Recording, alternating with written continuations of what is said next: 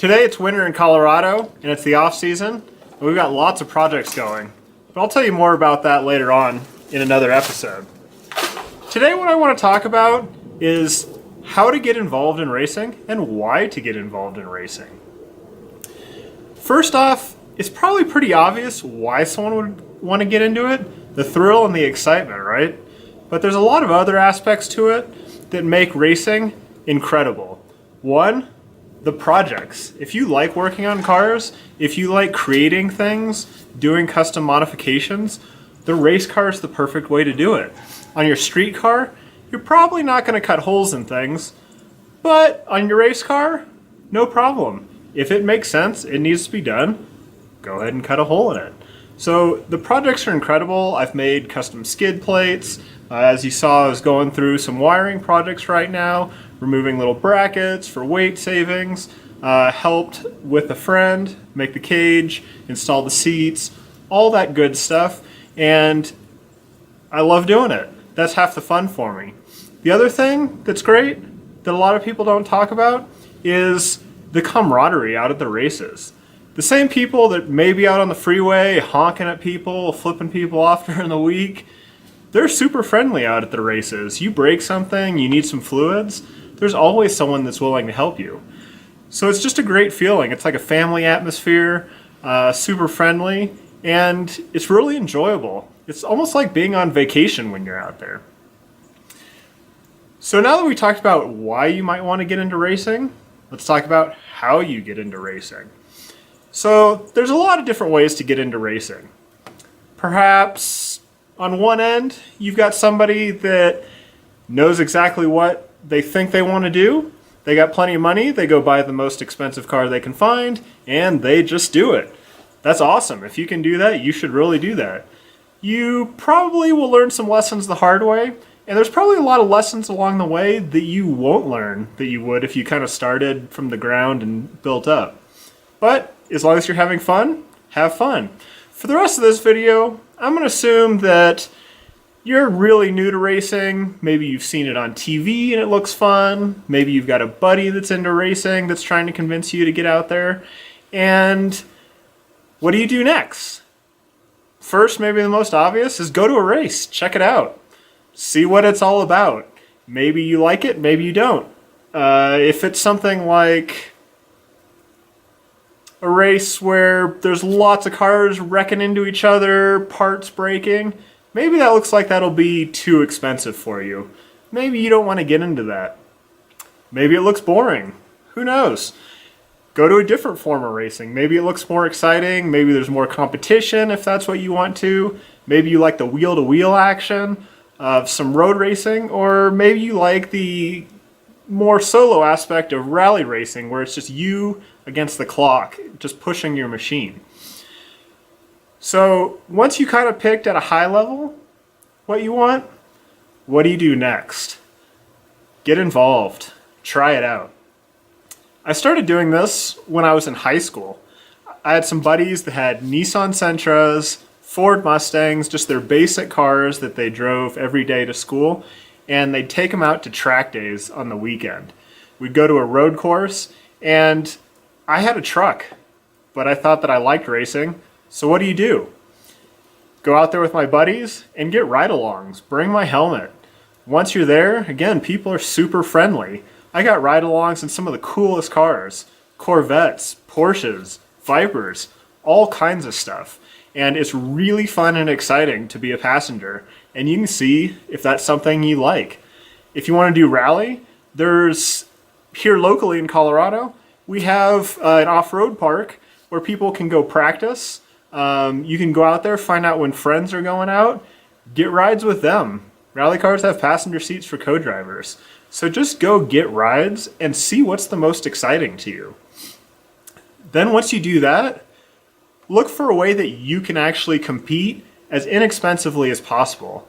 These are mostly going to be your autocrosses and your rally crosses. If you don't know what those are basically clubs that are setting up small short race courses using cones in a field. For rallycross, it's in a dirt field, usually fairly flat.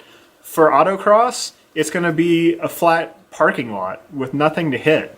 The great thing about these is it's relatively low speed and you're probably not going to hurt your car. You can even take your street car out there. In fact, that's what most people do. They just drive their everyday driver out there and they start racing. And when you first show up, you're probably going to see these cars going around cones, and it may even look kind of boring from the outside. But go out there, and even if you don't bring your own car, show up and get a ride from somebody. If you talk to the organizers or talk to the people that are there, they're usually excited for new people to want to get involved. So go talk to them and they'll point out people who will give you rides. And even though it looks boring from the outside sometimes, as soon as you get into the cars, you realize you're going really fast. These guys are really good drivers. Some of them have been doing it for years, and they're really pushing their cars to the limits. It's super enjoyable and fun. You might be surprised just riding as a passenger. Then when you finally get your car out there, you're going to be pushing your limits. I say your limits and not the car's limits, because when you start, you're going to probably be slow. You're going to realize that the car is way more capable than you are, and you are just going to be driving the wheels off the car, at least you think you are, and you're going to be fighting, and you're going to have a great time. And once you stick with it, you'll see over a season, you'll improve dramatically. You'll get a feel for what happens when you oversteer and you start sliding into a turn. How do you correct that? What are the best lines? How do you connect turns? Connect turns onto straights so that you've got the most speed. When I got into rally, I started doing exactly that. Buddies tried to convince me. I said, I don't know. I was a little worried it would beat up my car. So I went out there and started riding with a friend. Awesome time. Then, just 2 years ago, I had a friend that decided he wanted to do it, so he bought a $500 junk car. And I started riding with him, and then he let me dual enter it. And that's where you both pay and you just take turns driving. And that is some of the most fun I've ever had. You get to talk and laugh, and you're both racing, you see what each other do, and it's awesome. Beginning of the season, I thought, oh man, I'm going to kill it. I'm going to race the whole season. I'll do really good. My first race, not so good. I was like mid to bottom of the pack. I didn't understand how these people could possibly go this fast. I was looking at their cars to see if they'd done something special, and they were just normal cars, nothing really special. And I stuck with it and was trying to be all serious and was slowly progressing. And there was one race in particular that was like an eye-opener for me. It rained over lunch, and the course was the slickest mud you've ever seen in your life. And I got out there thinking I'm going to be all serious, and I was sliding off the course and hitting cones. And at first, I wasn't having a good time. And then the next run, I said, screw it. I'm just going to go have fun. I'm going to keep the throttle to the floor. I'm going to slide everywhere I can and just have fun. Forget about the times. And that was one of the greatest rally runs of my life. It was awesome. And in all that sliding, I learned what the power does with the car when you are sliding. How do you use that power to control it? And then once you are sliding, how do you get the car to change directions? How do you do weight transfer when there's almost no traction? And once I picked that up over the next couple runs, that helped me immensely going forward. And from that point on, I kept getting better and better, and actually ended up winning a couple rally crosses in my class by the end of the year. So just try and have fun is my best advice I have for you. And learn from each experience. Even though it was muddy and raining, it was horrible, I thought I was having no fun, it turned out to be awesome. So then you've got your rally cross or your autocross experience. You're having lots of fun. Maybe that's as far as you want to go. There's lots of people that do that for years, and they're really fast and really good. And if that's for you, perfect. That's what you should do. If you want to take it to the next level, while you're autocrossing and rallycrossing your car, you can start slowly building your car. And I'll talk about that more in another episode.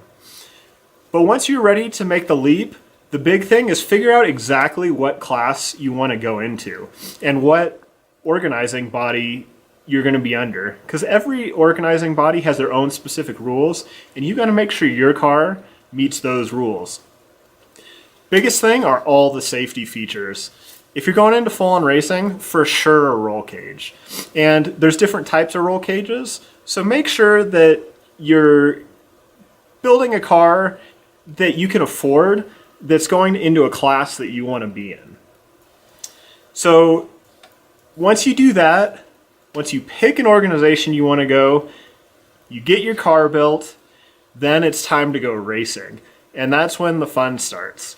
So now you go from relatively low speed to really high speeds. And they're not exactly the same, but a lot of the skills you've learned from rallycross and autocross directly transfer into full speed rally and road racing. Just be careful, because as soon as you get to high speeds, things happen different, they react different. So take your first couple runs easy.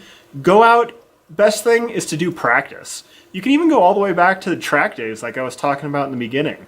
Take your full-on race car, go out to a track day, run on a road course if you're doing the road thing. If you're doing off-road, find an off-road park. Slowly work up your speed.